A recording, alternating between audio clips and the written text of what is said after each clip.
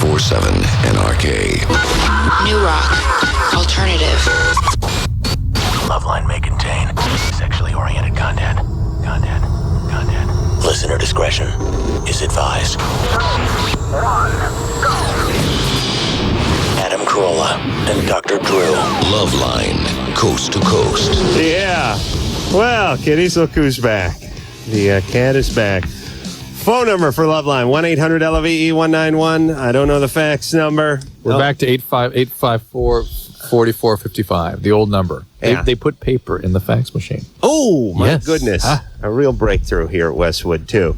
That is Dr. Drew. Dr. Drew is a board-certified physician and addiction medicine specialist. Henry Rollins is our guest, and I'm going to apologize in advance for my performance tonight because I went to bed about 5 or so last night. Then I had to be got up about 7:30 to be on a float.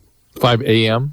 5 a.m., and there's a 2-hour difference, so I'm a mess. Oh, and why are we on a float? This is, Henry, really got to work. You should work this in your spoken word. Tommy Lasorda canceled at the last moment, right? So they said, you and Jimmy from the Man Show, you'll be the grand marshal of one of the many parades. There's more than one parade, but it's a big parade. There's over 1 million people. Well, he was, Lasorda was supposed to be painted in gold paint in a diaper, riding on some float, and you filled in? Right, handing out anal beads. But the comedy was, here's the comedy. It's me and Jimmy on the Tommy Lasorda float. With big Dodger hat? I'm wearing a pirate outfit because what they do when they don't know what outfit to give you, they give you a pirate outfit. Nice. I'm wearing like a funky hat. I'm look like a calligrapher from the 15th century. And I'm throwing out beads with a big medallion with a bad drawing of Tommy Lasorda on it. And everyone who's catching the beads is excited at first and then confused as they see Tommy Lasorda's name on the beads that I've been throwing out for the last 20 miles. Very nice. But I'll tell you that Louisiana, that's they don't have a whole lot of laws there. It's really kind of every man for himself. What happened? I'm just. What did you see, or what did you do? No, here's everything. But here's what I'm saying. And we'll get into Henry and the tour and the spoken word and all that. And Henry, chime in if you've. I've been to New Orleans a lot of times. If you've been there. But here's my take. You know, all the stuff, the open containers, the urinating in public, the jaywalking, all that sort of piss ass. It's civil disobedience light. Stuff. Yeah. They don't really bother with that. Like we were in a van, and the guy, there was a cop who was, he was doing 35. Nothing. We passed him doing 50. The guy then cut in front of him. The police? Yeah. No, I mean the guy who we were driving with. Right, just like cut the guy off. Yeah. It was just, nice. And I was like looking on my shoulder like, holy Christ, we're going in. And I thought we were making a run for it. He's like, they don't care. They're not bothering. Well, they have real violence there, so they prioritize. Yeah, and that's what I thought. Meanwhile, I'm sitting at the beach dumping a Lowenbrow into the sand because it's noon and I can't have an open container. So basically what you're saying is you're moving to Louisiana. Yeah. This is a lawless town. Did Daniel return? Oh, yes. Oh, it's good times. Oh, my God. All right. Well, anyway, it's that Bourbon Street is everything they tell you it is. But let's talk about Henry Rollins and the spoken word tour and the album and all that stuff. Henry? Yeah. Give us whatever we need. I'm in bad shape. I'll give you these. I'll give the tour dates out too, by the way. I don't know. I have a new record out called A Rollins in the Rye, and I'm leaving on tour tomorrow for dates all across America, into Australia, to New Zealand, to Europe. And I'll be back in America in June. And it's more of your spoken word? Yeah, and I'm doing that till the summer, and then the band starts cranking up. We got a new album in the can, and we're going out in the fall, late summer. What number spoken word CD is this? 8, 9. I don't keep track of them. I just could do them and hit the road. I've been doing them since like 84, so.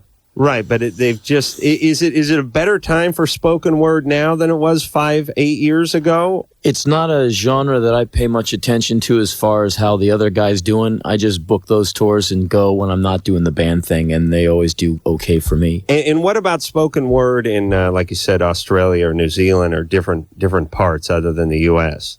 On what level? Ticket sales or acceptance or what? Yeah, both. Or people getting it? Everything. In Australia, I do up to like 2,500 people a night. The whole tour sells out, usually in advance, and everyone's cool, and I get good reviews, and they like me, and it's be like my 8th or 10th talking tour down there.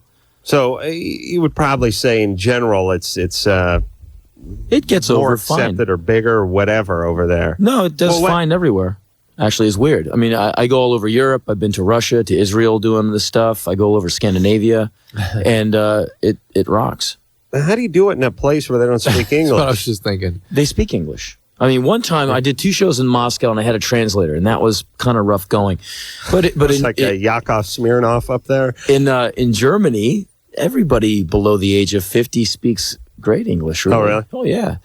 In some, like in the south of Germany, maybe not, but in the major cities, Munich, and as you go north, no problem.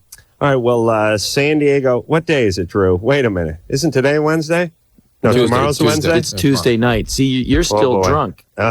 See, that's why you shouldn't drink, because you don't have it together. Yeah. No, listen, he's at his best when he's like this. Oh yeah, we rolled into New Orleans at 5:30 Friday night or Saturday morning, however you want to do it, and it's been game on from that point on. So yeah, I'm a mess. San Diego, by the way, tomorrow night we'll get into Santa Ana, Phoenix. I got a whole bunch of dates to give you if you want to go out and see Henry Rollins. But let's hop on the phones first and speak to Joe, 17. Joe, Hey, how you guys doing? good. I got a problem with my girlfriend. I just don't last long at all. Premature ejaculation. Yeah, that's not a problem with your girlfriend, is it? No, it's just me, I guess. When you're with her. Yeah. How long you taking? When we have sex, about a minute or so. Every time, no matter what? Pretty much, yeah. Any way you've discovered that you could prolong things at all? Not really. Well, that's why he's calling. I got an idea. Yeah. Works for me. Have you ever tried masturbating Yeah. about an hour and a half away from when you're going to be with your girlfriend? Doesn't do anything. Doesn't help? My God, man, I think you have the potential to be a superstar. How about sort of cleaning the gun for a while, like for a maintenance program, like a week or so leading up to it? You know what I mean? No, I don't think if an hour and a half ain't going to do it, then twice a day for the week before isn't going to do it I either. bet you will. No way. Hey, Joe, Yeah. why don't you do what I do, which is actually masturbate when they're there? No? Yeah. Just like you're doing right now. Joe, I is it a thing where it feels so great you can't hold back, or is it something is it a mental thing? What do you think it is? I don't know. I really It's don't just know. he's 17. It's his biology. All right. Pal, there it goes. Hey, Joe, do you have a round 2 in you then? What? Can you go round 2, you know? Yeah. All right. Well, that's the same. And how's round 2? Do you last any longer? Yeah, a little bit. Okay, well, all right. When you get to round 12, you should be fine. Hey, and Joe, Yeah. listen, the sex clock starts. The meter's running when you begin oral sex on her. So always remember that. All right. Do you know what I'm saying? So that's how to prolong things. Yeah, I'm just saying, for those of you guys who are listening who aren't satisfying their women because of the premature E problem, go down on them for 15 minutes before the premature E, and you're probably not going to get complaints. Todd, Yeah. you're 17. Yeah, what's up, guys? What is up? I just wanted to say, Adam and Drew, I enjoy you guys very much. Good. Say hi to Henry Rollins, too. Yeah, Henry, how you doing, man? how's it going, bro? Okay. I was just wondering how you got into writing books. I got interested in writing from certain writers I was reading, like Henry Miller, people who are just like shooting from the hip. And I was living on the road in a van all over the world. And when you're in a band that's broke, you got a lot of time on your hands because you don't get anything to do in the afternoon. So it was either acquire bad habits or do something constructive. So I started writing all about everything that was happening around me, which was fairly picturesque at that time. And I got this wild notion in my head to publish some of it. So I started a small company and I did it. And when you have your own company, there's no one really there to tell you no or send you a rejection slip. And so that's what I did. I just basically started my own company and I still How have did you it. distribute the stuff? Well, at first, it's just I'd go to towns on tour and walk into the local book or record stores with a box and go, hey, I'm in this band and here's these books. And we do either a consignment thing or I'd sell them really cheap and hope to, get back in there and sell them again. Then later on, when the company got really more together, we found a distributor and got a mail order thing. And, it's like any little company. Did you use the web? Now we do big time, yeah. And it's great because we have sales worldwide and people get, there's an awareness and it's cool. Hey, Todd, Yeah. that answer your question? Yeah, just wanted to thank all of you, including Henry. I enjoy everything you do, and Henry, I'll be seeing you on Thursday. Where's that? Is it San Diego? Santa Ana. Santa Ana. Oh, Santa Ana. Glad you got a ticket. It's sold out. Oh, got myself a ticket. Good man. It'll be a fun time. Looking forward to it so much. That's at the Galaxy Theater in Santa Ana. It's going to rock. It's a great place. I hope I get to meet you that night, man. Hang out after the show because I always meet people on the way out. Definitely, bro. All right, good times there, Todd. All right. All right. Everything's good times for you, man. Oh, man. I'm jonesing so bad for some pancakes and eggs. You know, when you get up at 2 in the afternoon every day, and it's like nothing but po' boys and like shrimp cocktail and crawdads and stuff. But pancakes and crepes are the thing now. Yeah. They don't have them in Nor. They don't have. They stopped serving breakfast at noon is the problem, and that was a long time ago for me. All right, let's talk to Randy, who's 14. I swear to Christ, I don't care what it sounds like. I want an IHOP. I want like a fresh and fruity, Rudy Tooty. Yeah, you want one of those Jones? One of those syrup wheels. Some where they use the bacon for the mouth that represents a smile, and the big ball of butter for the nose, and the strawberries for the eyes. That's what I want. Heart attack on a plate. That's what I want. Randy? Yeah. You're 14. What's up? Adam, you're a genius. Oh, yeah. Randy, you have a question? Yes, I do. Okay. I've been going out with my girlfriend for about 3 months, and her mom found out a week ago that we were going out, and she tried to find out some stuff about me, and she doesn't want us to go out anymore. What do you mean? What'd she find out about you? Nothing really bad. She just talked to my teachers and What did she find out? That really I'm not really a good student in school, and my girlfriend's a straight A student and be a bad influence on her. Because you're not a great student? She really interviewed your teachers? Yeah. She personally spoke to your teachers? And they reported on your grades? Yeah, they saw most of my teachers usually don't like me, so they probably. Why don't they like you? Do they dislike you just because of the grades, or do you have attitude, or what? Is there something more than just poor grades that's bumming out your girlfriend's mom? Well, I goof off in class and stuff. Randy. Yeah. Probably has nothing to do with your grades, right? Probably not. Right. Well, are you doing? Do you have any extracurricular activities that would worry a mother of a young girl? Well. Are you drinking? Are you smoking? No, I'm not on drugs. What are you doing? Well, I'm not really sure. I'm just a kind of a punk kid that no one really likes. Aww. All right. Well, we love you, Randy. Yeah, that's cool. Big help, I know. Yeah, Adam's hallucinating right now. So what kind of advice are you looking for? Have you ever sat down and talked to the girl's mom? No, she wants to meet me this weekend. That's good. Well, then you should go meet her and be yourself and say, I'm a good guy with bad grades. She's really trying to find out who you are, and they're doing a little field work first. Listen, the advice we always give people that are in this situation is get to know the parents. Let them know you for who you are. Hey, Randy? Yeah. But, for the meeting, pull it together. Bow tie, boutonniere, pomade in the hair, that kind of thing. Thank you, ma'am. Saddle shoes. A lot of ma'am. Excuse me, ma'am. That's right. Spats. That's right. Rent a car. Rent like a beige Taurus and 14, pull up in it. 14. Oh, I see. Well, have your dad drop you off. Don't have him pull up in like a hog and throw you off the back. Hey, Randy? Yeah. Just pull it together. Listen, here's the deal. No responsible parent wants their 14-year-old dating at all. Right. The female dating. They just don't. Yeah. So they're going to hate every guy who comes home. Or they're going to look into them a little bit. But if you don't do anything and you're cool, they'll get to know you. Yeah. And everything will work out.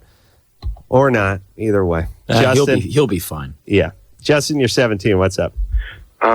Yeah, I really think that my stepmother is having an affair with my older brother.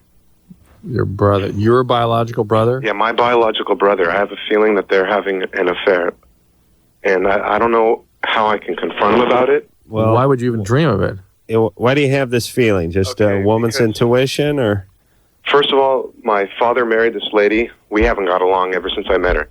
My father married this lady about 5 or 6 years ago, and we haven't got along since. But my brother and her have always got along. Okay, my brother's well. They now. must be having an affair then. What did you think? No. I haven't even gotten to it yet. This is back a little bit. So my father works graveyard shift at a hospital, and my stepmother is always home. And I came home one night, and I could have sworn I caught them. They jumped. They were panicking.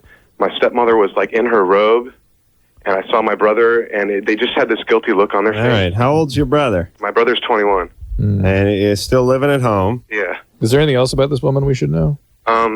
She uses drugs. I'm almost positive. How do you know? Well, because I know what pot smells like, because personally I've used it before, and I know I've smelled pot in her bedroom sometimes, and I know my father doesn't smoke. Mm-hmm. All right. All right. Hey, I don't know. Does your brother have any plans of moving out of the house soon? Not soon. I mean, personally, I don't know. I don't really get along with my brother that well. All right. And you're 17. Are you doing okay in school? I'm doing all right. How is all this making you feel? Is it upsetting you? Is it distracting you? I mean, of course it's upsetting me. I mean, like, I love my mother. My mother passed away. How long ago? 5 years ago. What does that have to do with your stepmom? Well, it's just tough that my dad got remarried, and I thought my dad was going to be happy with her, and then now they constantly fight. And I know that they're doing something together. Well, I don't want my father to get hurt, and I don't know if I'm not positive, and I don't know how to come at my brother, like to try to ask him if this is what's going on. Are you close with your brother? I'm sorry? No, he said they don't get along very well. Oh, that's right. Okay. No, I don't. All right. Hey, Justin. Yeah. Here's the deal. I know this sounds like piss poor advice, but you're outnumbered in the goofball department at your house. Yeah. It's like a 3-to-1, dad, brother, and stepmom. You're 17. We're getting close to the time when you're supposed to, spread your wings, go off to college or get a job, get out of the house. I would just lay low for a few months, turn 18, get a job, and get out. And the probability is that they're just doing drugs together and not having sex together, because drug addicts get together and do drugs all the time, and they would want to hide that. That's how Drew and I met. Right. Well, no, we were having sex, actually. Oh, that's right. That's right. Drug addicts have... that's right. Sorry. You guys are funny. Hey, how come your brother is 21 and still lives at home? What do you mean? Oh. Well, I don't know. Well, when I was 18, I couldn't wait to leave. And at 21, I was already... Well, I guess he's kind of a slacker. I mean, he just shoots pool and drinks, and he doesn't really know what he wants to do with himself. And he comes home drunk, and he just, messes with me, slaps me around and stuff. All right. Whoa. All right. Get out of there. Justin, get out of there. Get out of there. Just... Don't worry about them. I give this speech 3 times a night, but everybody, if it's a bad or dangerous situation on the home front, and you don't have a degree, you don't have a badge, you're not going to do too much. You know what I mean? Think about so it. Graduate and bail. Yeah. Get out. Get out there. Get an apartment. All you say you can't afford it, you can. Get a couple of roommates, couple of buddies. Go get a 1-bedroom apartment. Just get the hell out of there. And it's easily the best time you'll ever have, that first apartment. So. Yeah, it's a good time. So I wish I could remember mine.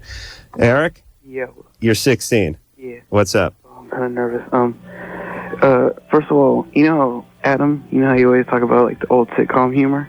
Yeah. You remember, I have a good one. Oh, no. I mean, this is you think it's going to suck, but it's good. I know it's going to suck, but go ahead. You remember when, the lead character, he'd get too many dates for the prom? Yeah. Wasn't that good? Oh, I see. Yeah, that's good. Yeah. Thanks, buddy. And you remember the ones where... No. Listen, Eric, do you have a problem? Yeah. Can you turn your stereo down or whatever you got going in the background? There's like an orchestra tuning up behind him. All right, is that good? Yes. Go. What's your question? Okay, I'm going to go to the dermatologist Thursday.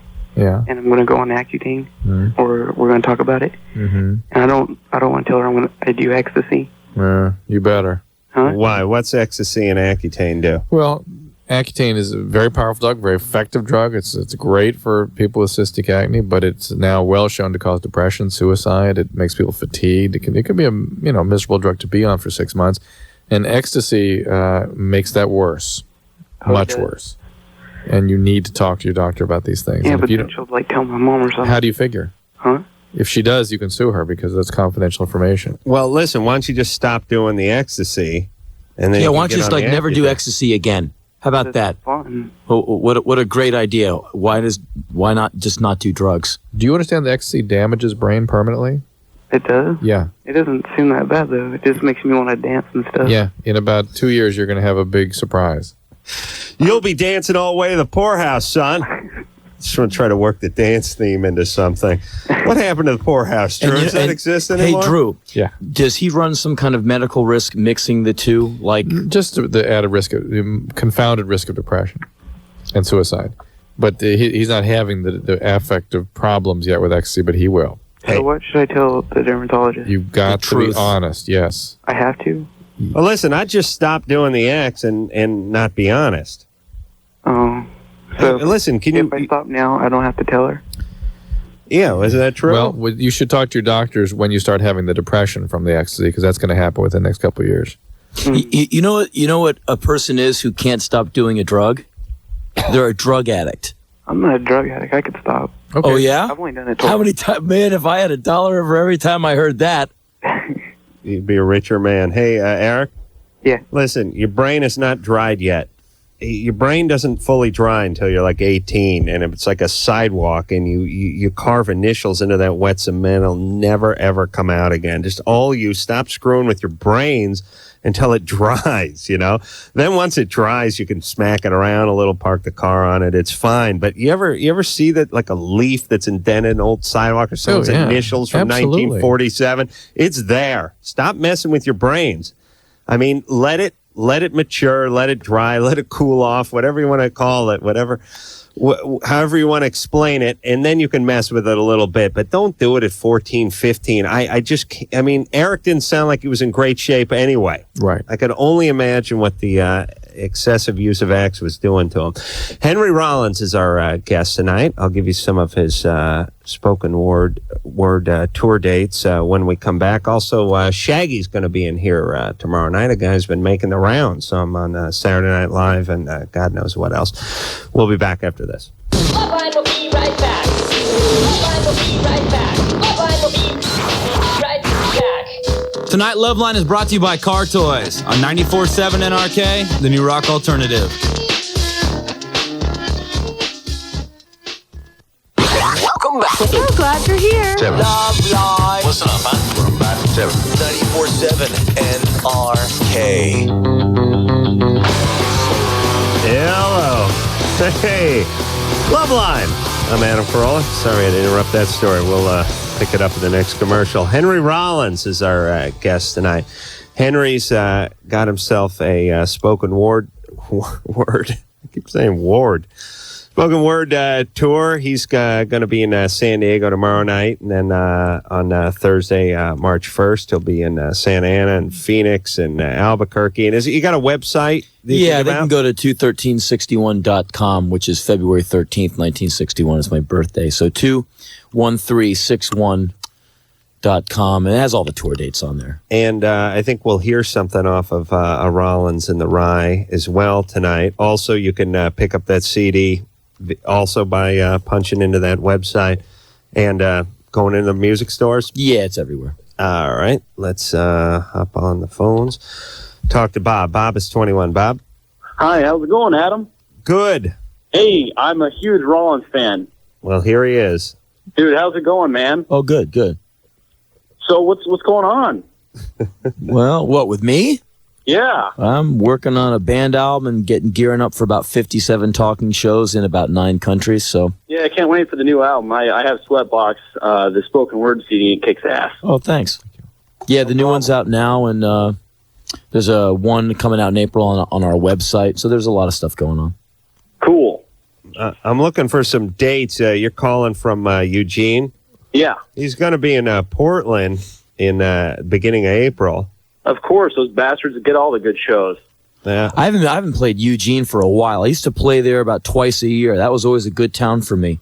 Well, the coolest thing that ever happened to this town was you two came to our town 5 years ago, but then they played at the stadium here, but the neighbors complained about the noise, and so then they well, I'm sorry, you can't ever come back here again. So that's it. How far? Way to go. How long does it take to get from Eugene to Portland? Hour and a half. About 2 hours. Yeah. All right. Well, you love Henry, right? Oh yeah, he rules. All right. Well, then go see me in Portland. Is that it, Bob? I will. I definitely will. Wait, no doubt about it. Bob, did you have any questions for the good doctor and his corny friend Adam? Totally. His drunk friend. No respect. What's your question? Barely drunk. Thank you. You help us. Messed up, and it's and I what are you going to do though? I guess right. Call on the show and ask about it, but I'm not gay and stuff, right? Right. But of course not. I like the taste of a man's semen.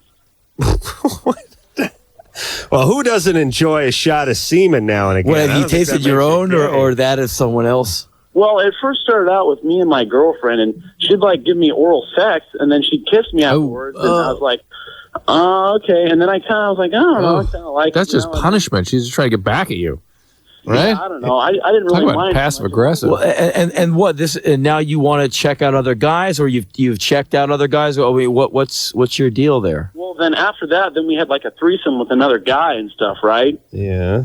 Well, then she would go down on him and do the oral sex, and then she'd give me a kiss after that, and then I kind of started liking it. I'm like, wow, that's really cool. What's with your girlfriend? Perfectly natural, perfectly healthy behavior. I don't see what the problem is, Bob. But the thing is, I'm not into guys. Right, you know but what I mean? listen, Bob, you may not be into guys, but if you got a hankering for semen, there's only one way you're going to get that.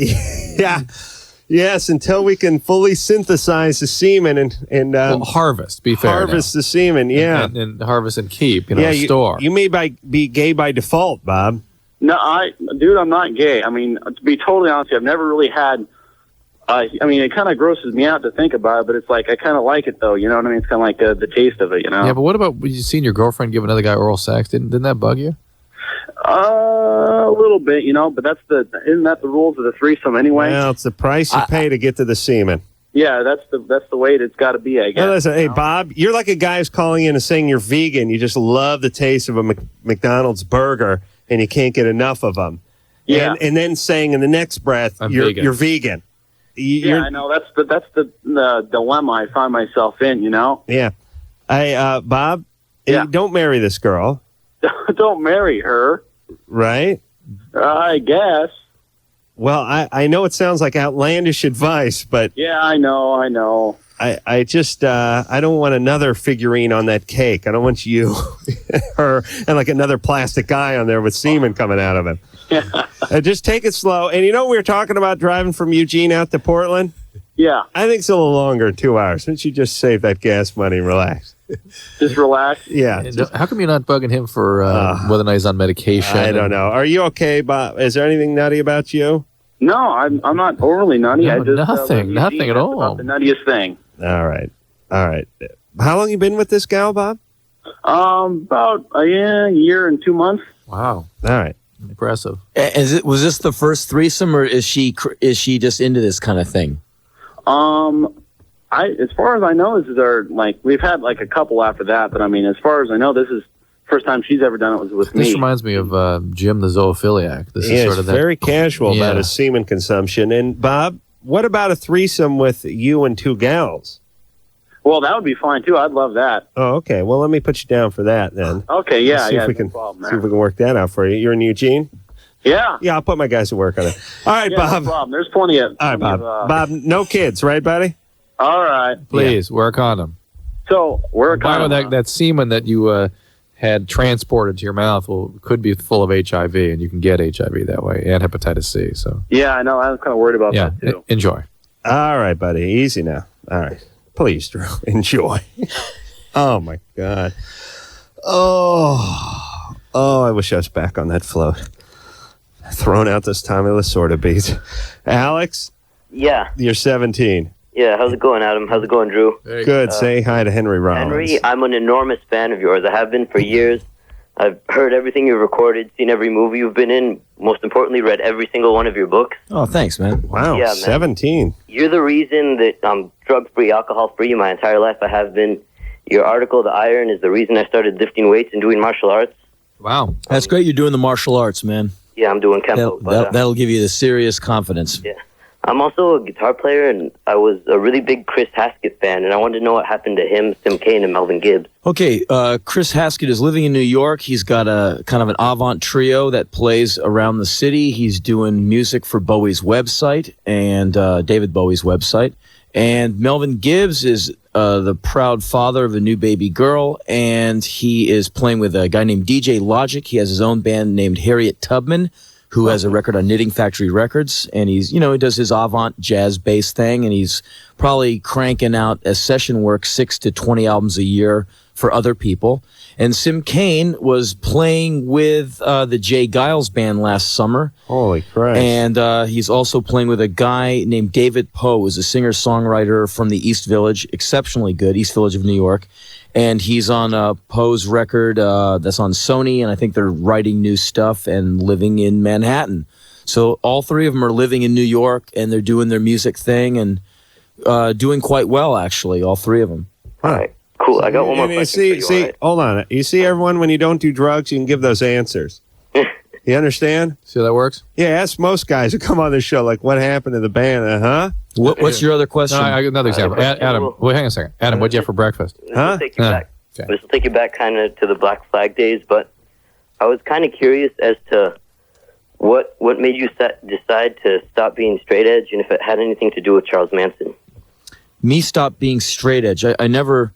That's a weird term, because one guy's version of straight edge means you don't eat meat and you don't do this and you don't have sex, and that all those classifications, just I don't really care about any of that. I'm going to do what I want to do, and so I never started or stopped.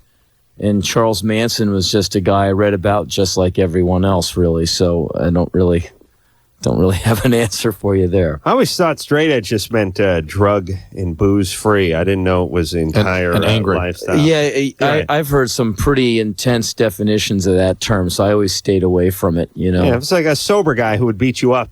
Right. That's what I always figured with straight edge. But I never looked into it that closely. Liz, Yes. you're 24. Hi. What's up? I just want to say how much I love you guys, and I think you just do great things for people. Thank you. I am currently in a long-distance relationship, and my father just passed away suddenly. And my boyfriend, and I have a really good friend. This call is about this really good friend who... Where's your boy? You said your boyfriend is a long distance away? My boyfriend is long-distance. Where is he? He's in Florida, You're in Indiana. and I'm in Indiana. How did that happen? We actually met in Cincinnati. Oh, that explains it, huh? It was kind of a weird thing, but we've been long distance for a while, but we're still really serious, and I'm planning to move down there. I'm here with my family to help my mom through this really hard time, and I have a really good friend from college who is very close to me, and he and my father helped me through some really hard times in college. I was raped, and these guys just stood, my father and this guy really stood by me, and I really want to go see him and visit him. Actually, he got your autograph for me when this all happened. And Whose? Dr. Drew. Yours. Oh, really? Yeah, in Colorado. He said you were on vacation. Yeah. Yeah, well, there you go. You mean it this year at Copper Mountain? Yes, yeah. Oh, my gosh. Yeah, Okay. and it just happened in December, so. The rape. No, my dad's death. Oh, okay. When did the rape happen? In college about 5 years ago. All right. And the question is? And the question is, I need my boyfriend to be okay with me going to visit this guy. I want to go and visit him while I'm still living at home, so it's not like I'm leaving my boyfriend to go see him. You know, I generally have real issues with this kind of thing, you know, with a partner, a romantic partner objecting to another person going somewhere and staying in the vicinity of a, quote, friend. But I really believe Liz, and she really sort of needs this now. Yeah. And I would think the boyfriend would comply with that. Was this a guy that you had a relationship with? Or No. just hold totally on. platonic. No, it's no, wait, now, are you saying that the boyfriend in Florida is having a problem with you going to visit your friend? Yes, and I asked him to come with me, and I know that he's really jealous of our closeness, but it's completely platonic. And normally, I believe you. Normally, I'd say, yeah, you ought to respect his feelings, and that's your priority, that's your romantic. He's probably relationship. jealous of the friendship. But whatever it is, this is important to her, and he's got to go with it. He's got to let her do it. Yeah. And, you know, any guy who's going to try and shut you down for hanging out with one of your male friends who's your buddy, that guy's got to get it together. And especially... And trust you more. Well, see, we believe that male-female friendships are because at least one of them, at one time at least, wanted to have a romantic relationship. And that's Adam and my belief. Everyone thinks that, but and we talk about it too. Like we're very open about it. So Is he gay? no, he's not. And he never had an interest in you besides platonic. No. Well, we talk about that, and we both say no, but I think it's to keep it. Who had it? Who had the problem? Who had the interest? I think we probably both did. We've been friends for 10 years. Who had the initial interest? Honestly. Probably me. Okay. And now you don't. And no, not If at all. he were to completely if he were going to declare his love to you when you go out to Colorado and make himself available, no go? No. Okay. All right. Because I'm completely in love with my boyfriend. But is it unfair to do this? No, we give it a blessing. No, it's unfair not to do it. It's unfair to cave into your boyfriend. It's not fair to you. And here's the deal. If this guy was an ex-boyfriend, if you had a thing with him at We'd one say no, time, yeah, a we'd say sexual no. relationship, and now you're coming to stay with him, I could understand your current boyfriend getting a little wiggy about it. Right. But this guy's been a friend for, 10 years longer or 8 years longer, and you've known your boyfriend, fine, you got a track record. Well, and I have one other question. Like, one of the things that to try to make this platonic thing happen, now that my father's passed away, we've even talked about him giving me away in our wedding. Yeah, your boyfriend's got to get a grip on himself. But here's the other thing too, Liz. That getting, I don't know. It seems like you're getting really enmeshed with this one guy who's your platonic friend. Did you have like other friends, other girlfriends, He's and not stuff gonna- like that? Oh, yeah, and we talk about that. He's not going to replace your dad. Don't let that happen. Right. Only I can do that. Thanks, Liz. Okay, thanks. All right. Oh, boy. It's weird. It's like at the very beginning, we were like, no, go see the dude. And then she kind of kept talking, and we talk about not being attracted to each other a lot and how we don't want to have sex with each other and stuff. And then I started to sort of think about the boyfriend with these two sitting around talking about not wanting to have sex. Yeah. And I still think she should go over there. I agree. But with the giving away, I mean, just Too much. let it Too rest much. a little. Too much. All right. Henry Rollins is our guest tonight. Shaggy in here tomorrow night. We will take ourselves a break. We'll be back after this. Back in a minute. Yeah, you're listening to that LoveLine show with Adam and Dr. Corolla right here on 94.7 NRK. the New Rock Alternative.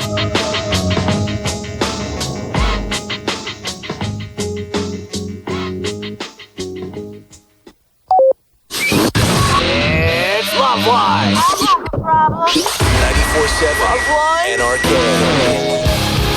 Hey, LoveLine. I'm Adam Carolla. That is Dr. Drew. Shaggy will be in here tomorrow night. Henry Rollins is our guest tonight. A Rollins in the Rise, the name of the spoken word CD. You can tap onto Henry's website, which is 21361.com. and find out where he's going to be. And he will be in a town near you, because I'm looking at this itinerary, and he is all over this great land of ours. So punch that up and find out when he's coming near you and go see him. And we're going to hear something from the spoken word CD. I don't know what we're going to hear. Henry, do you know what we're going to hear? No idea. All right.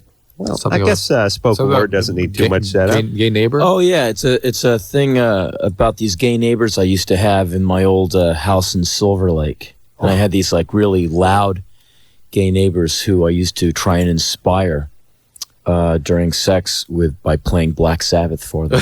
Well, for those of you who don't know Silver Lake around the country, that is sort of as artistic a environment and as gay an environment as community as you're gonna find, but most sort of more artsy than gay. But yeah, your low rent rockers and your gay guys, and your sister cut hair in Silver Lake. You're struggling, right? You're struggling artist. Yeah, my sister's really funny. My sister lives in Silver Lake now. Always had houses in Silver Lake and worked at a very gay salon in Silver Lake. And this is many years ago, but I remember we were all sitting around at my grandmother's table, and someone said, what percentage of the population do you think is gay?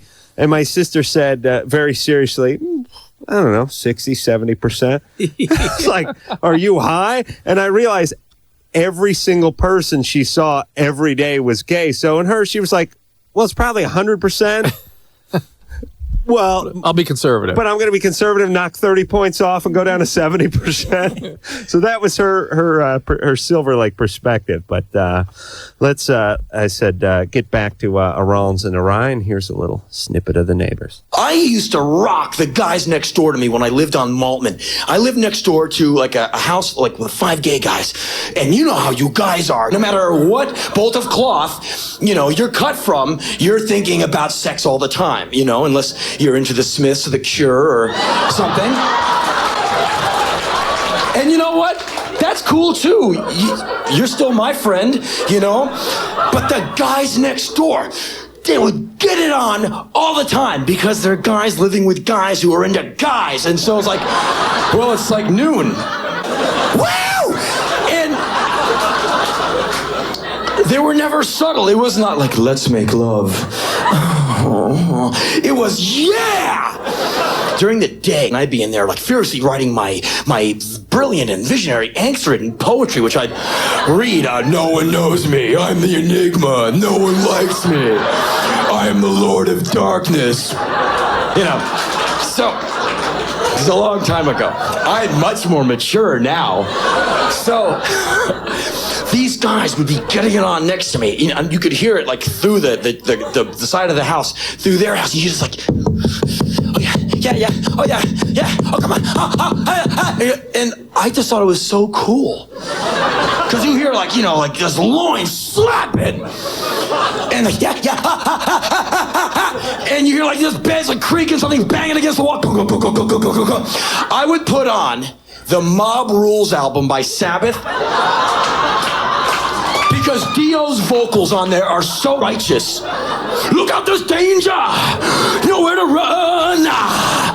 Seems like desperate measures, but something has got to be done! And I thought it would like get them psyched up. I wasn't trying to drown them out, I was trying to like get them just... So you like blow the roof off the place.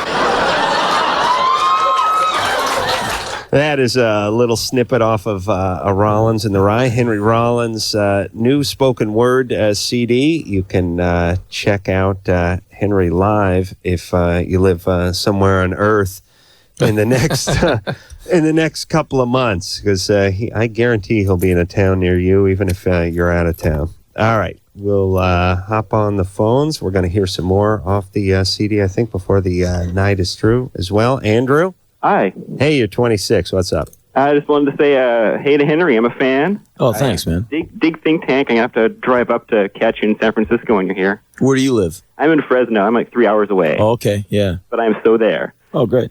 I don't know how much you're online. I was curious if you had ever seen punkass.punk.com. It has a comic called Floating Henry Rollins Head Haiku, and it's your head saying haiku comics every day. Oh, no, I've never checked it out.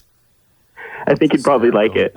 Maybe I would. Maybe it'd be like waving a red flag in front of a bull. I don't know. Well, that's it. Just Thanks, Andrew. We'll see you in SF.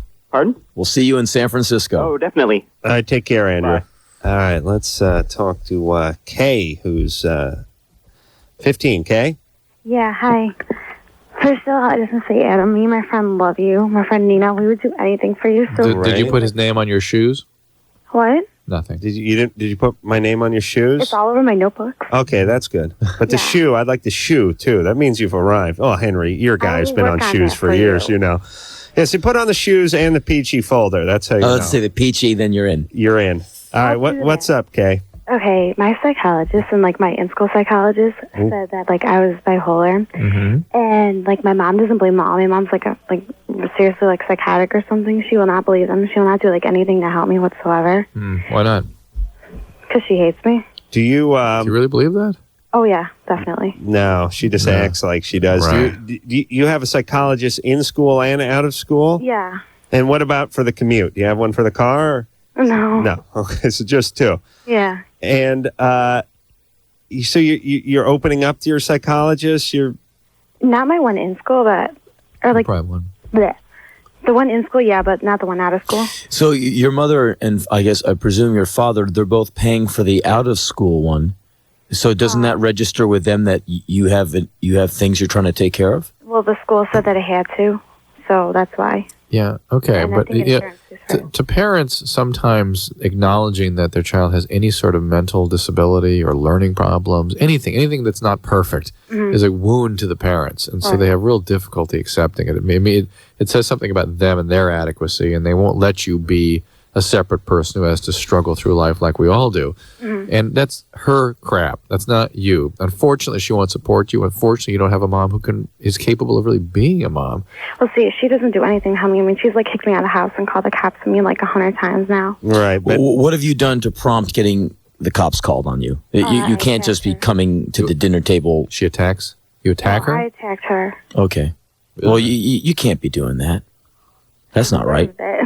But she deserved it? Yeah, she deserved it. As a preemptive strike for her calling the cops in 10 minutes, or? What, does she hit you? Does she assault you? Yeah. Okay, well, She that's does. not right. That's just not right. And what about your dad? My dad's cool.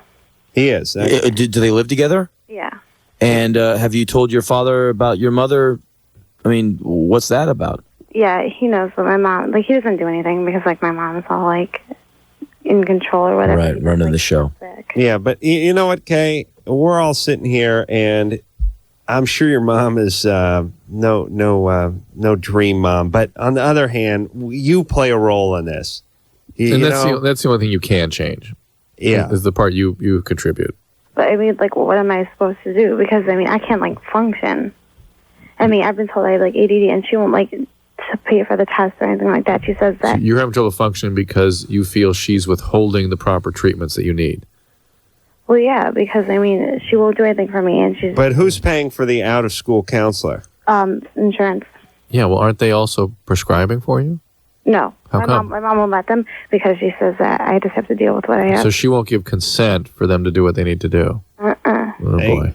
Kay, why don't you really talk to your out-of-school counselor the next time you see him or her and really discuss this in depth for the full time and see what you two can arrive at and see if you can get the... That she can't make my mom do anything. Yeah, but if she understands it's very important to you and very important to your health, she will talk to your mother. Any good counselor will. Well, and maybe bring mom to a session and really get her to accept it in a safer environment. All right. Good times.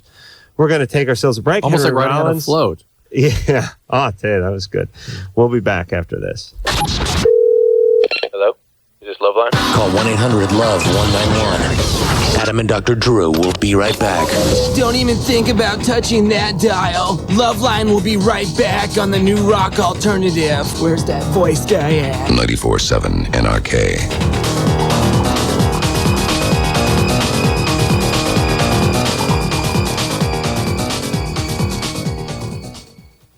Hi, this is Brendan from Wheatus, and you're listening to LoveLine on 94.7 NRK.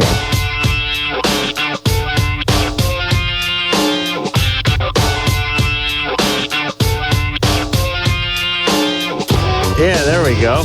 LoveLine. It's the two titans of radio. Adam I've never Carolla called and a Dr. titan Drew. before. Yeah, I like that. Henry Rollins is our guest tonight. Henry's got himself a spoken word CD as well as many dates to support that CD. So he will be at a town near you. You can log on to his website, which is his birth date, 1961. 62 is the year. February 13th, 1961. It's 2/13/61. I turned 40 this year, Adam. Wow. But man, 40 ain't old anymore, is it? I mean, Henry look Rollins. at you, I don't know. Henry Rollins. I feel pretty good. I know. I mean, Drew, what are you? 42. 55? Oh, 42? Yeah. Oh, really, man? Yeah. We're doing it. We're hanging in there. That's right. Keep telling yourself. We're going to fall off that cliff in about 5 years. Give those kids a run. I think people are like cars, though. They're great for a while, and then they just come undone. Oh, come on. Not if you maintain them. That's true. That's true. And Henry's a guy who changes his oil a lot. Yeah, you better go to the phones. Julie? Yes. Unlike a lot of our callers who like the taste of another man's oil. You're 25. What's up? Right. I have a crush on someone who's 35. I've met him at church, and I want to find out how I could tell if he's gay. Why does that even occur to you? Well, he just sort of, I don't know. I don't know any gay people, first of all, but he sort of, I don't know. Just he's not like other guys. He's a little feminine. Yeah. If that makes any sense. Has he been married before? No, I asked him if he's ever been married, and Did you go out on a real date, or was it just sort of coffee kind of thing? no, we went to a concert together. Well, under the pretenses that it would be, just as friends. And Why was it just as friends? well, this was just because he just moved to town, and I didn't know him that well, and I sort of like him now. Why was it just as friends? I mean, how did that happen? Why didn't you just ask him out? Because we both have a mutual interest in this group that was playing, and we both were talking about it at church one day. And you said, just as friends, let's go out for this No, concert? I didn't exactly say it like that, but I said it in a friendly way. Well, let's see if we I can. didn't hit on him or flirt with him. Let's see if we can figure out whether he's gay or not. What concert did you go to? The Los Angeles Master Chorale. But he's a musician. He plays concert piano. So. He's inching toward gay. He's classy, and I really like him. Well, why don't you just put a move on him and see what happens? Otherwise, or just ask him. Yeah, but see, you don't ask people that. I mean, I don't want to offend him. No, you tell them they're gay. That's what I do. And do you have? How'd you leave it with him? Did you guys plan on going out again?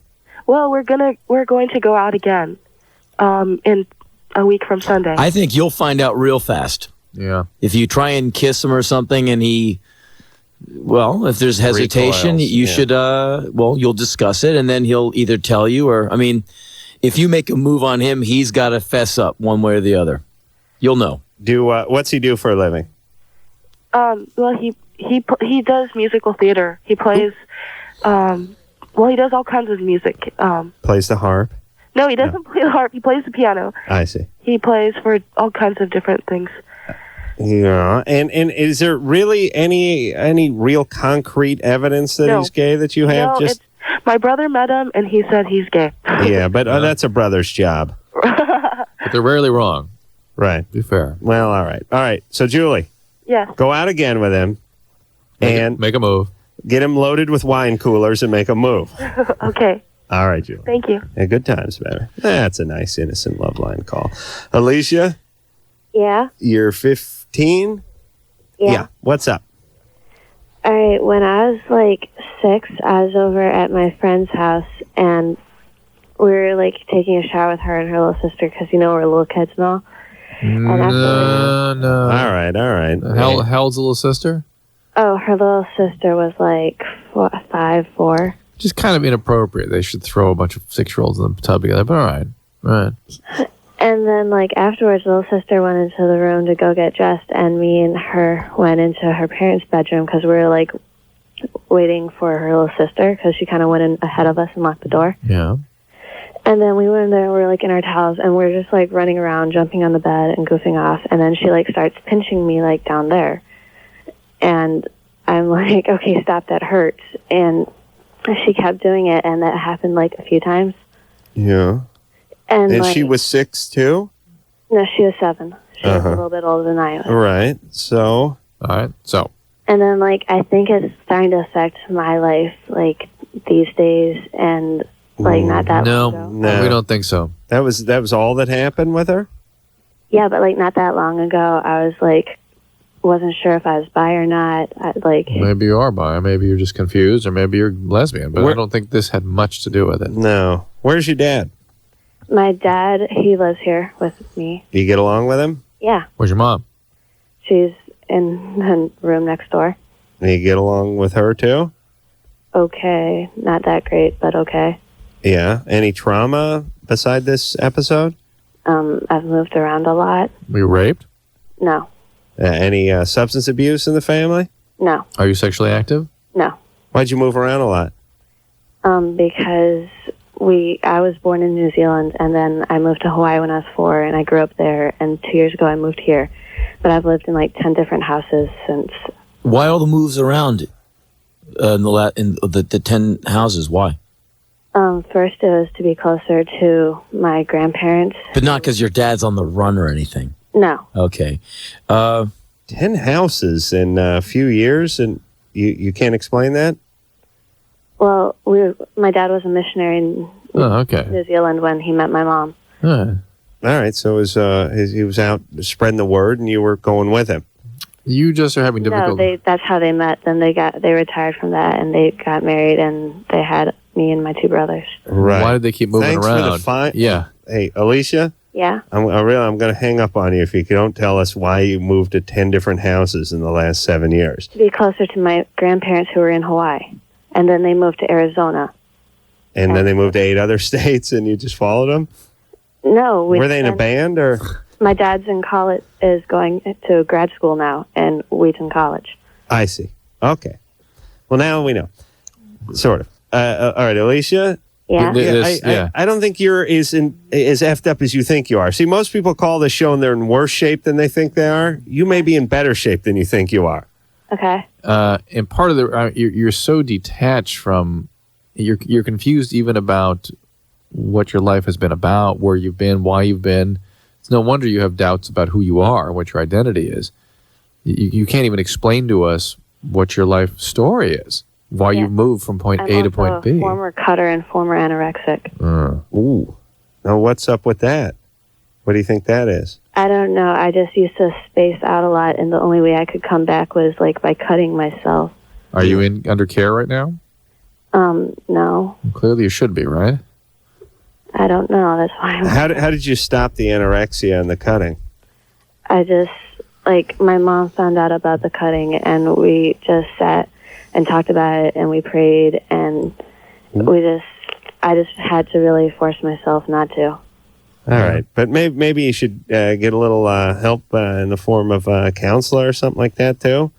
Do you have someone at school, something you can talk to? No, because just this year I started homeschool. Ugh. What's up with the homeschooling? My dad is totally pro homeschool, and he did it to my older brother for a year, and he thought it was really great. How's your older brother? My older brother's Mental 16. institution. He's what? He's 16. How's he doing? He's fine. And when do you graduate homeschool? When a TV show your mom wants to watch is on, or how do you know when you graduate? You get the GED? No, my dad does it, but we send it into this company, and they grade my work. Okay, let me ask you a question. Since you're doing the homeschool thing, do you have a chance to interact with girls and boys your own age? Yes. On a regular basis? Yes. And how do you do that if you're not meeting them in school? Youth group, church. Okay. I do have my friends from public school. I've been in public school the rest of my life. All right. Before this. Well, at least you need to get some treatment for there's something significant going on emotionally. Significant. You've been anorectic. That's something that's a remission. That's not something that goes away necessarily. You've been cutting. This is very serious symptoms, and it needs to be dealt with. Yeah. I don't trust the homeschool parents. I understand the concept. I'm sort of all right with the concept, but I really... It's never carried out by the right people. Here's the deal. Eventually, you got to release them out of captivity and into the jungle. I just think that it's parents hiding their kids from the world. That has like a Waco, Texas thing happen, and I don't like it. Well, it'd be great if they never had to be released into the wild, but they do. I mean, eventually you got to step outside your front door. And when they do, they will be spring-loaded. I just think teenagers should be around their peers all the time, bouncing off ideas. Peers are so important to teens. They just really... It's how you measure yourself. You should be out with your friends all the time. That homeschool thing, I think, is detrimental. You should campaign against it. All right. Well, look, you got your work cut out for you, and I wish you all the best. But you're not as... Well, no, you are a little bit screwed up, sorry. Andrew? Hey, how's it going, guys? Hey, you're 35. What's up? Hey, I have a very brief, very amusing Henry Rollins anecdote to tell you before I ask my question. Great. I used to go see Henry Rollins at the On-Broadway nightclub in San Francisco about 1982. You with me, Henry? Sure, of course. One night on stage, these two punkettes in the front row kept tugging on your gym shorts. And after a while, that you pulled your gym shorts down around your ankles. And to be honest, your mind was on your performance rather than on a little procreation. Yeah, it's hard to get an erection in front of 800 people. I understand. And your words to the two... Not now, but it was then. Right, he was green. His penis was green. Your words to the two punkettes were something like, suck on it, it will get bigger. Well, thank you for that anecdote. You have a brilliant doctor and a great comedian here and a marginally... talented independent artist. So do you have a question for these two titans of radio? Actually, I was wondering, after all those years with the Rollins band and with Black Flag, did you have hearing loss? In my right ear, I have a pretty continual tinnitus pitch. Yeah, it's tinnitus, and something everyone should know. You don't have to go to many rock concerts to get tinnitus. Your high end of your hearing range will go very rapidly and very quickly. So even at your favorite rock concert, I advise that you plug your ears so you have hearing, because your high end is very precious. And people don't realize how incredibly miserable ringing in the ears can be. Sometimes it keeps me up at night. It's that loud. The problem with fingers in the ears is that bone conducts sound very well.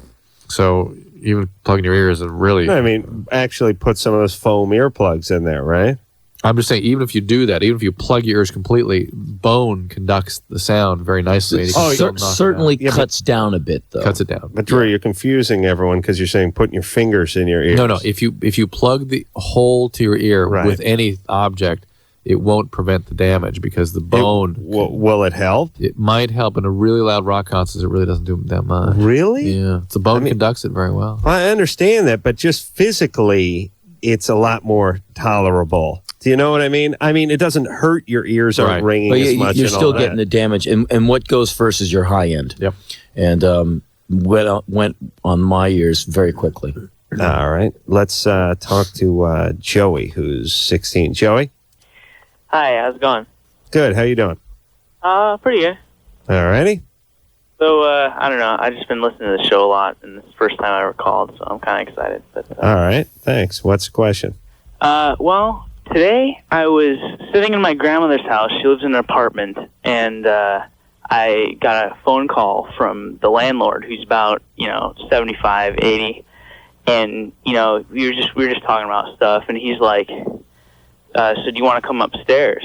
And I was like, "Okay, I don't know. I gotta stay down here for a little while, but maybe after that." And he's like, "Well, do you know why I want you to come upstairs?" And I'm like, "No." And he said, "Well, I want to make love to you." And I'm like, and it just totally freaked me out. And then he started talking about like all this weird like sexual stuff, and I just don't know. Like what? What was he saying? He was just saying, "Well, I'm gonna make you just shoot off to the moon and all this really really scary stuff." Yeah. How old are you? I'm 16. Okay. And how did you ever go up there? No, I never did. It freaked me out, and I just hung up the phone and I locked the door. Right. Now, you're scared? The guy's obviously a piece of work. Are you scared that your grandmom's in any kind of danger? No. I think he's kind of harmless himself, but I think and the fact that he did this, and I talked to my little brother. Well, he's not that little. He's just a year younger than me, and That's little enough. yeah, he did it to him too. Oh, really? So it's just. I think you should make a phone call and bring in some authorities, because if he's doing it to like 2 kids, he's doing it to 20. Yep. And if he touches any one, he's done tons of damage, and he should just be shut down. Yeah, Joey, you got to tell an adult. It's called a pedophile, and no one likes him. Hey, Joey? Yeah. Yeah. You have a dad or your mom you can talk to? Yeah. Yeah, you tell him. And to not say anything is endangering other people who might not be able to ward off an attack. Especially in cases like this, omission becomes as bad as commission. Well, I got another quick question, really quick. Well, hold on a minute. You are going to do something, right? Oh yes. Okay, good. Okay. I in the past couple of years, I think since probably I was like 12, I smoked a little pot and I drank a little alcohol, but not really that much, just a little bit on the weekends. And in the summer, I did a lot more, but Right.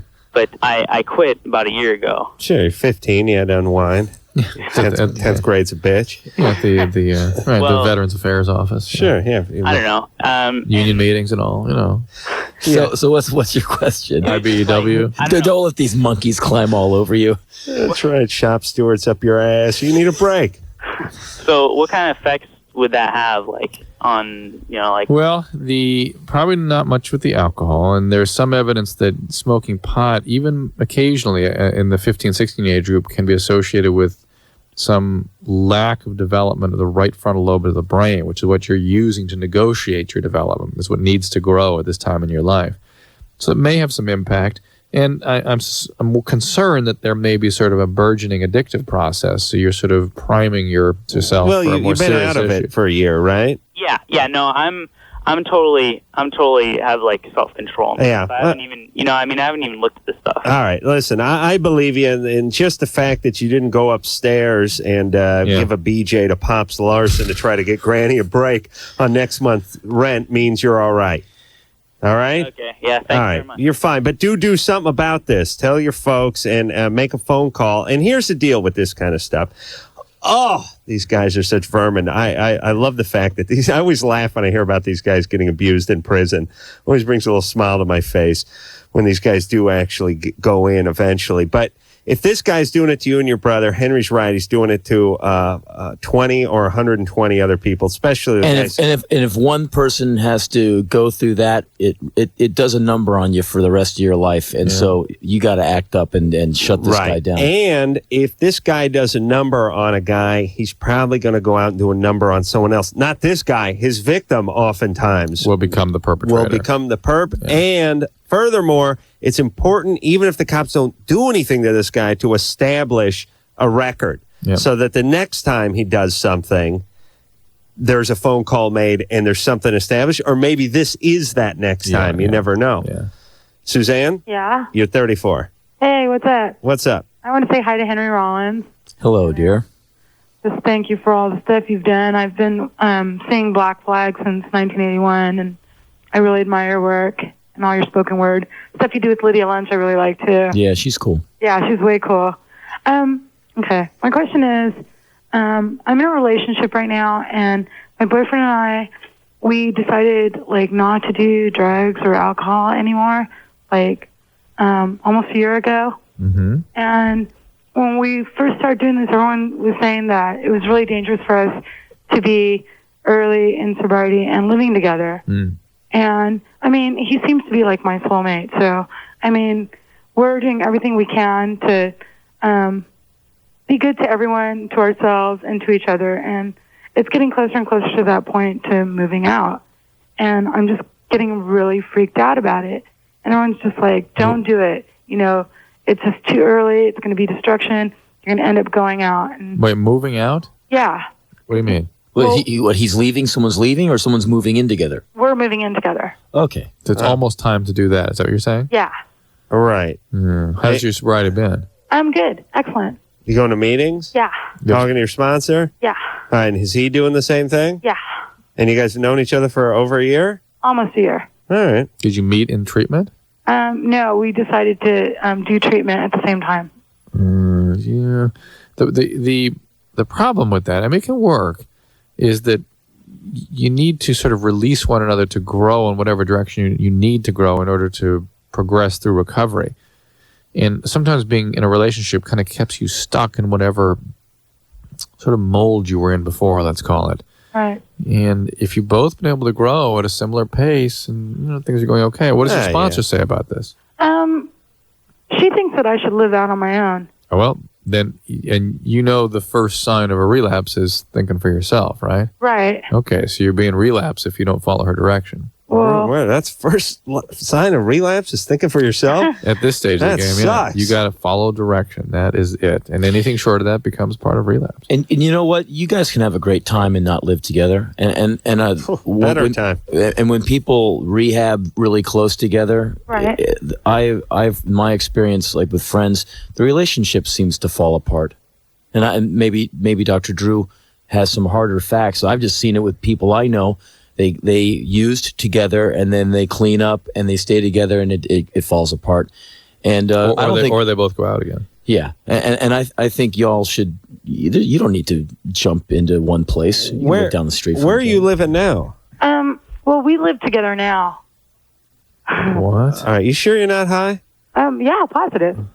All right, hold on a second. Wait a minute. You're living together, and then you're going to move in together. So haven't you already done the thing that you say you're tempted to do? And that people don't want you to do? She started off by saying they were living together, and then she was saying, but they were thinking about moving in, and so we said, oh, so you're not living together. She said it was time to move out, she said. Remember?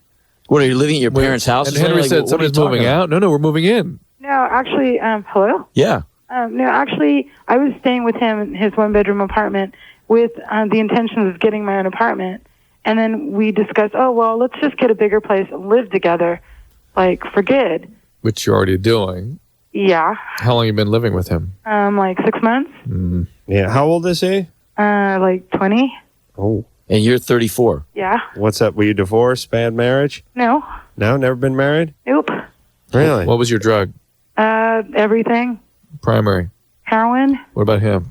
Coke. Yeah. Pot, you mean? Oh, both. Yeah. All right. Hey, Suzanne? Yeah? The deeper we dive, the more murk we see in the water. Were you a sex addict too, Suzanne? Probably when I was younger, yeah. Yeah. Why don't you give it a good 6 months? Why don't you move out, get your own place, and pick it up a year from now? Because you were pretty bad when you were going, right? Right. And you don't want to risk getting back into that. No. So the relationship will still continue. He'll still be there. Yeah. And you move out because you're having weird feelings about this. So are we. And I can't tell you how often I've seen good recoveries go bad because of relationships. It's always why people go out. Really? They just don't follow directions. They go into something that, Is it usually both of them, or is it the one person gets freaked out in a relationship and dips back in? Oh, no. When one starts going down, the other goes with them. And Drew, you basically said that someone at this stage of recovery should be listening to their sponsor and doing what they're told. Especially with Suzanne's history. She's got a couple more years. She's got to get under her belt here. All right. We will take ourselves a little break. Henry Rollins is here with the Titans of Radio, Adam and Drew. We'll be back after this. You know what I'm saying out there? Adam and Dr. Drew will be right back on LoveLine. Don't you dare go away. LoveLine will be right back with Adam Carolla and Dr. Drew right here on the New Rock Alternative. 94.7 NRK. This is the show known as LoveLine. With your hosts, Adam Carolla and Dr. Drew. 94 LoveLine 7 NRK.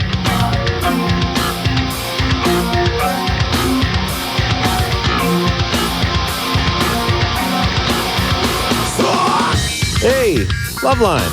I'm Adam Carolla. That is Dr. Drew over there. The Titans of Radio, our new label. I think it's going to stick, too, because it's flattering. And I always like to repeat flattering stuff about myself. You know that, right, Drew? Oh, yeah, I do. Shaggy in here tomorrow night. Henry Rollins tonight. 2/13/62 is his... One. I'm sorry. What'd I say? 2. Oh, I thought you said February. Yeah, February 61. Oh, okay. All right. I'm sorry. He's still on the float, man. Yeah, floating on that float, man. Somewhere in Louisiana, getting beads thrown at me, throwing pogs at homeless people without teeth, and getting.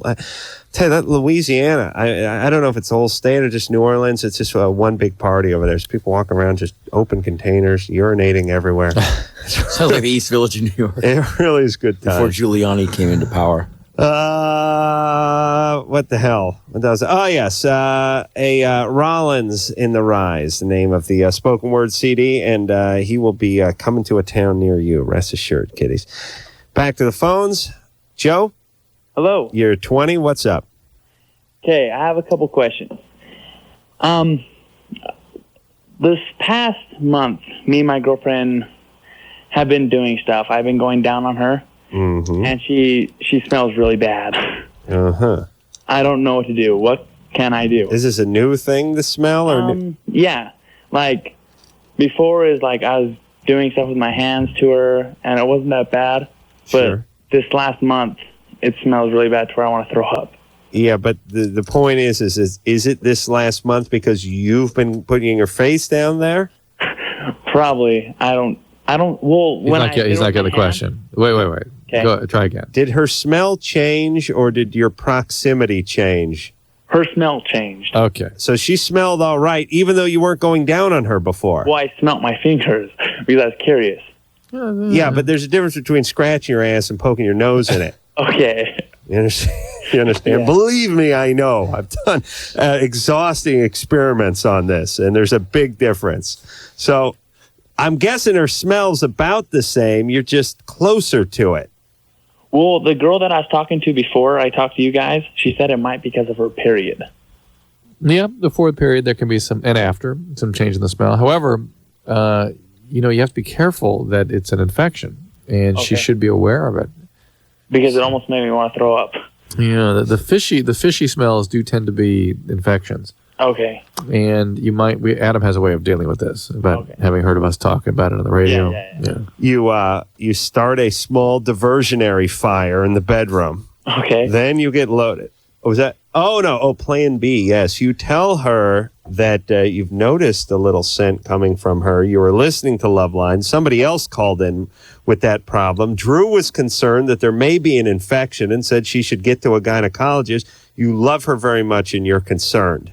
So you'd like her to get herself checked out Now, because what you're if there's- worried. What if there's nothing wrong with her? Could I get something to get rid of that smell, that taste, or what? What? Could you have transmitted something to her? No, no, he's saying what can he do to get rid of the odor if there isn't a problem? That's tough. Hey, Joe, you're 20? Yeah. And you sound kind of green. I mean, you're new to a lot of this stuff. Yeah. Yeah, let me give you what I like the little quick explanation, what I call the yummy phase of life. Okay. When you're young, everyone is born into the yummy phase. When you're 7, 8 years old, cigar, brandy, poontang, not on the menu. It's pretty much corn dogs and fries, right? You want to put ketchup on everything. But you get a little bit older and you start getting into beer and you start getting into booze and caviar and cigars. All women, all those things are not what you call things that taste good, but they're an acquired taste. That's what my dad used to say. What? Acquired taste. Yeah, and there's a lot of that. I mean, if you really, like I said, you take a good cigar, some good brandy, or whatever your poison is, it does not taste good the first time you do it, but you learn to love it in a sense or need it. Same with going down on women. This Also, is something you should get used to. your girlfriend's young, she might not have all her personal hygiene tips fully wired because she's new to having someone being down there. So right. So she can start with the gynecologist. If that doesn't work, you can call us back. But don't worry about it just yet. Let her get checked out. Right. And you know that vapor stuff I said to put on the upper lip. I knew it from the autopsy. As soon as he gives a little solid advice, he's got to get into something else. No, I'm serious about this, Henry. Listen to this. Of course you are. Did you see Silence of the Lambs, the first one? My friend, he's going to advise you to put Vicks Vapo Rub across your mustache line. The coroner used it in Silence of the Lambs when they fished that girl out of the It will be the last date you ever go out on with this girl if you do that. All right.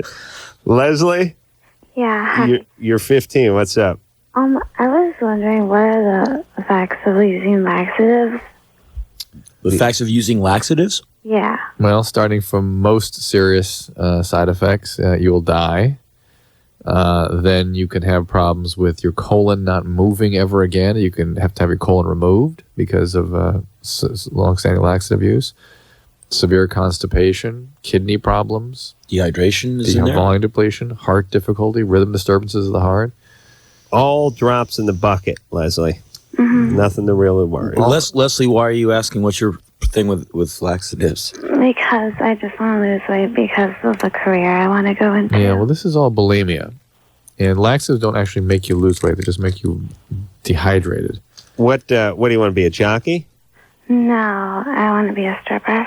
Oh, I see. 15. Well, we could, if I had more energy, we'd gamble on Leslie, but let's just cut right to it. You hear that voice. Yeah. She's 15 years old. She wants to take laxative to be a stripper. What's going on? Who sexually abused you? My babysitter, and I was raped 3 times. Mm-hmm. And how old were you when the babysitter did this? Like from 3 to 5. And then with the rape, who did that? My brother's friend. Mm-hmm. And when was the last time that happened? When I was 12. Okay. And is your dad around? Yeah. How's he doing? Is he a good guy? Yeah. Really? Could you ask your parents for some help with all this? No. Why not? Why not? I don't. Well, if they said they're good parents, they'd want to help you and they'd want to look after your emotional health. Yeah. Are you afraid that you did something wrong? Well, I don't want to, I'm like ashamed about it. I don't want anyone to know. But what about your mom? How do you get along with her? Not at all. What's up with that? And like ever since I was little, we never got along because like she thinks I'm like a big whore and stuff. And Ever since you were little? well, like 12, because I got pregnant when I was 12. Oh, by one of your brother's friends? Yeah. Did you have an abortion? Mhm. Okay. Hey, Leslie? Yeah. You really, I mean, you're already down a very bad road, but you're going to keep going further down that road. You really want to do that? I mean, laxatives and stripping and just getting into that, launched into that whole world. It's drugs. It's abusive guys. It's more rape. It's more abuse. It'll go on for another 15 years, and then you'll sober up and you'll look back at it, and you'll realize so much your youth was just stolen from you.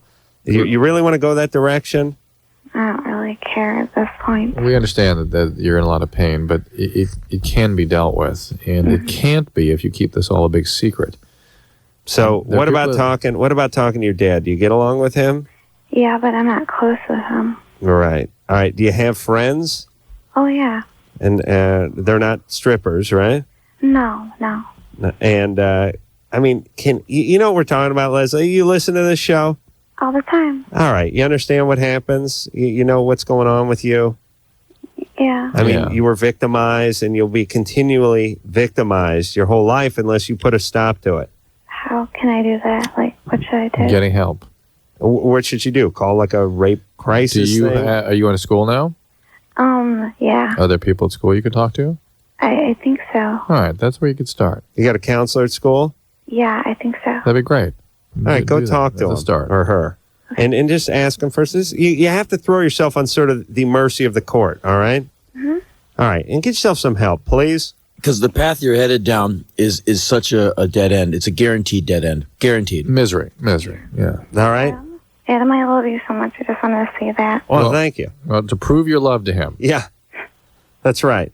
All of my subjects must get themselves emotionally straight and then fall out of love with me, actually. It's really a double-edged sword. All right. It's your mission. Take care of yourself. Thank you. Listen, let me just tell everyone, one of the main reasons for doing this show, because people say to us all the time, you really think you helped that person? And the answer a lot of times is no. I mean, oftentimes you can't change someone's life in 3.5 minutes on a radio show, but is to listen, like young Leslie here, to some of the folks that are in their 30s who call this show up, or even mid or late 20s, 10 years down the road, 15 years down the road, see how their life has been affected. Yeah, with a career in heroin behind you, man, that's really not the kind of wreckage you want to be dragging around. Right. That's a big price to pay. And really what we'd like to accomplish with this show is if the people who are 14, 15, 16, who are listening, who are sort of on the threshold of us crossing over into Satan's playground. I was going to say Satan's miniature golf course. We'd like you to stop and not take that step. And hearing the stories of the people that have suffered through the same sometimes get them to stop. Right. We will take ourselves a break. When we come back, a little more spoken word from Henry Rollins. LoveLine. We'll be right back.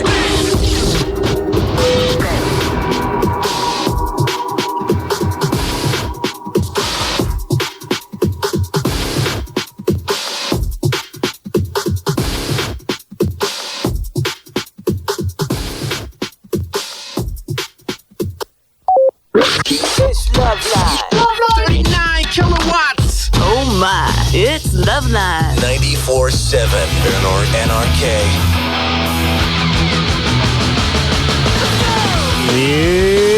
LoveLine. I'm Adam Carolla. That is Dr. Drew, the new Titans of radio. Shaggy's going to be here tomorrow night. Henry Rollins is our guest tonight.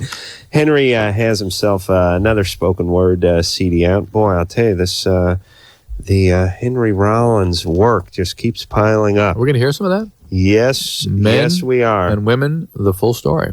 You got it queued up, Anderson? All right, here we go. I figured out why women frustrate men so much. It's because men get into like, this goes here, and women just go, oh, I don't know, and they're like, no, it must be like this. And women are like, no, it's like how I feel today. No, I don't go by feelings. That would get you killed in war. You know? I've noticed that when we all grow older and boys turn into men, which is kind of dubious, they just kind of become fat boys. And girls turn into women, the whole relationship changes, you know, because men have a hard time handling their emotions. And as they get older, they become more steady. I'm a steady man. I have a job, I have a car, and payments to make and responsibilities. And when women start crying for no reason, men just become thoroughly unhinged. Like, you know, the man and the woman, they live together, they're having breakfast, and all of a sudden the woman's crying. And the guy's like, What's going on? He thinks it's all about, it's all about him. What have I done? You haven't done anything. Then why are you crying? Sometimes I just have to cry. Why are you crying? I don't know. And for men, this makes no sense whatsoever. You don't know why you're crying? No! Bullshit! You know why you're crying. Every single thing happens for a reason. You throw a ball up in the air, gravity brings it to the ground. You know why you're crying. You're holding it from me. Out with it. You don't understand me. You don't understand yourself. I am organized. I have all my CDs in alphabetical order. I get to work on time. I know how to fix my car. You are just this emotional creature. That's why you will never be president. That's why we don't let you run the company. That's why you'll never drive a spaceship to the moon. Because what you're going to do when you get to the moon, you're going to cry. That's what you're going to do. You're going to cry. You're going to freak out. And you're going to paint something some gay-ass color. I hate you. Oh, yeah, you hate me. You'll love me in 10 minutes. Wow. Like that. That's good. Henry Rollins, everybody, off of the Rollins in the Rye CD, which is out in stores, and you can find Henry coming to a town and a country. And now endorsed by the two titans of the FM. Yeah. Yeah, we give it the Titans housekeeping seal of approval. I've arrived. Yeah, tell your folks. Who? Audrey? Hi. You're 15. What's up? I was eating my boyfriend out. I mean, my boyfriend was eating me out yesterday. There we go. And I thought I was about to come, but I accidentally peed in his mouth. But I don't know why. I felt like I was about to come, and then when I did that in his mouth, we were all freaked out, and I don't know what to say to my boyfriend now when I talk to him. Did the urine go in his mouth? Uh-huh. And what did he do? He freaked out, and he was sleeping over, and then but he had his car and everything. So afterwards, I just told him, yeah, you should probably go. And he paged me today, but I didn't call him back because I don't know what to say to him now. Embarrassed. I see. He's okay. Oh, well, wait a minute. You're 15. Yeah. He's El Camino's parked on the lawn. How old is he? He's sleeping over. What's going on? He's 17, and yeah, he was sleeping over. Where are your parents? They were here, but they didn't know. Wait, he climbs in through the window? Aha, Rapunzel. Yeah, and what would your dad do if he caught him? Or your dad's not there, right? Kill him or something. Oh, okay. If you lived in the same town, yeah. Well, Drew, why would she do that? Bladder just relaxes because she's concentrating on something else? No, it's called female orgasmic incontinence. Some women pee when they have orgasm. Oh, really? Drew's going to cut a PSA on that coming up pretty soon, aren't you? The heartbreak, so the tragedy. You have that to look forward to. Yeah. Hey, and what is it? Is it a temporary thing, or is it just Can be.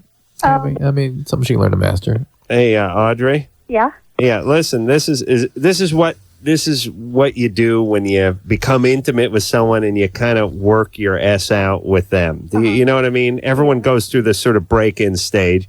Yeah. You're discovering yourself, and he's discovering your urine in his mouth. There's a lot of discovery going on. But don't be ashamed. He's delighted. Yeah. He's happy. He's produced something. Are you kidding? I feel like he's freaked out. He's like, oh, I'll never talk to her. No, again. No way. But the reason he had to get out of your house and leave real quick was so he could go home and whack off and tell his friends. Tell his friends.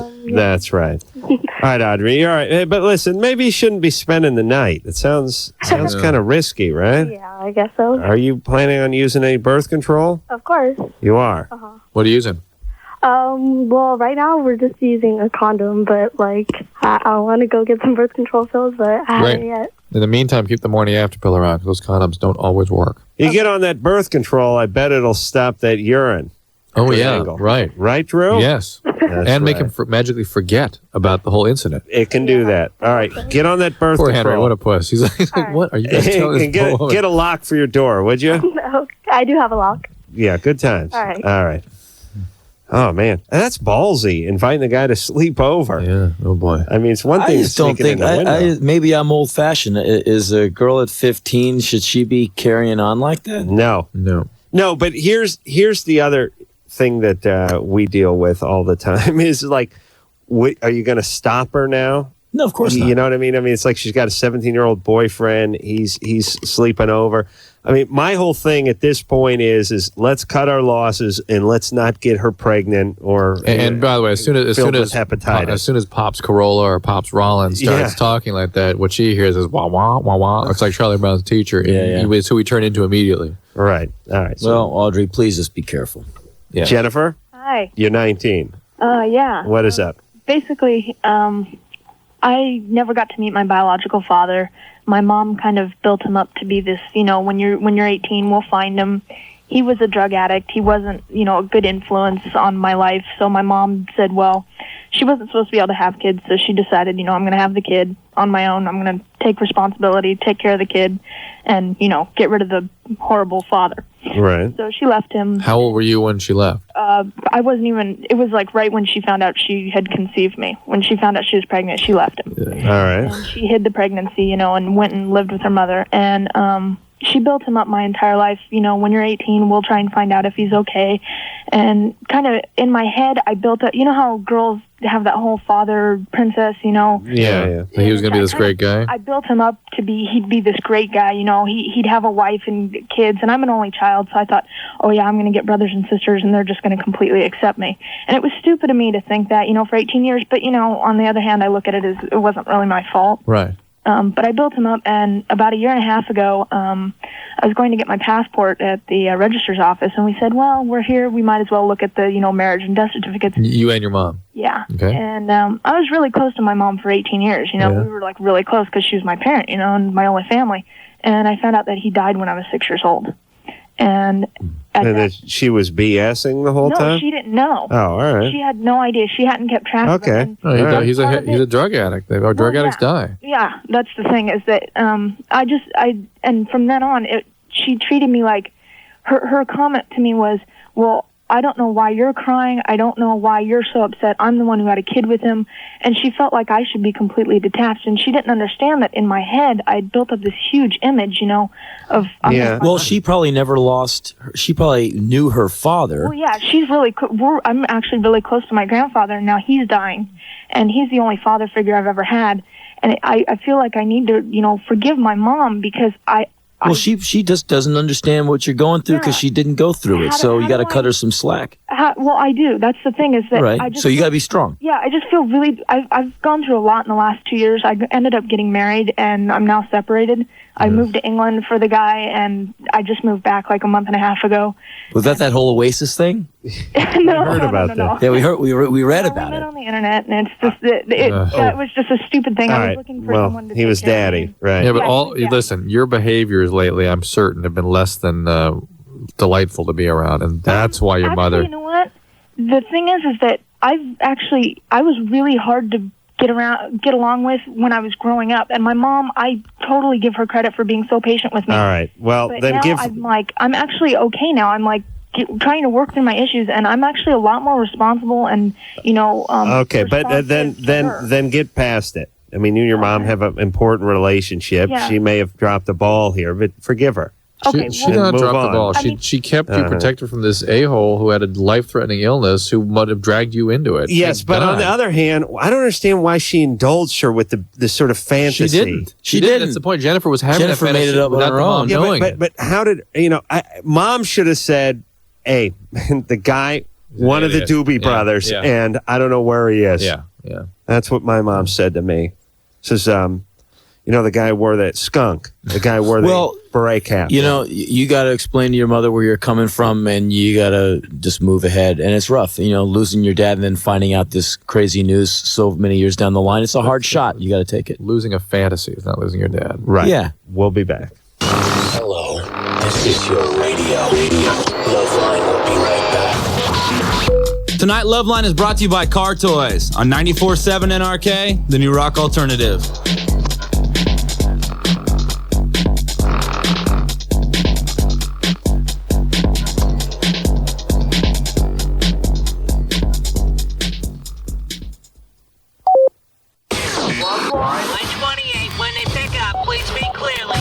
Number 24/7 NRK. everybody. Rollins and the Rise, the CD. Go out and get it and support our friend Henry Rollins and look for him in a town near you. Shaggy tomorrow night. Henry, thanks as usual. This has been LoveLine. The opinions expressed on this show are not necessarily those of the staff, management, sponsors, or this station. The producer for LoveLine is Ann Wilkins Ingold. LoveLine is a presentation of Westwood One Entertainment.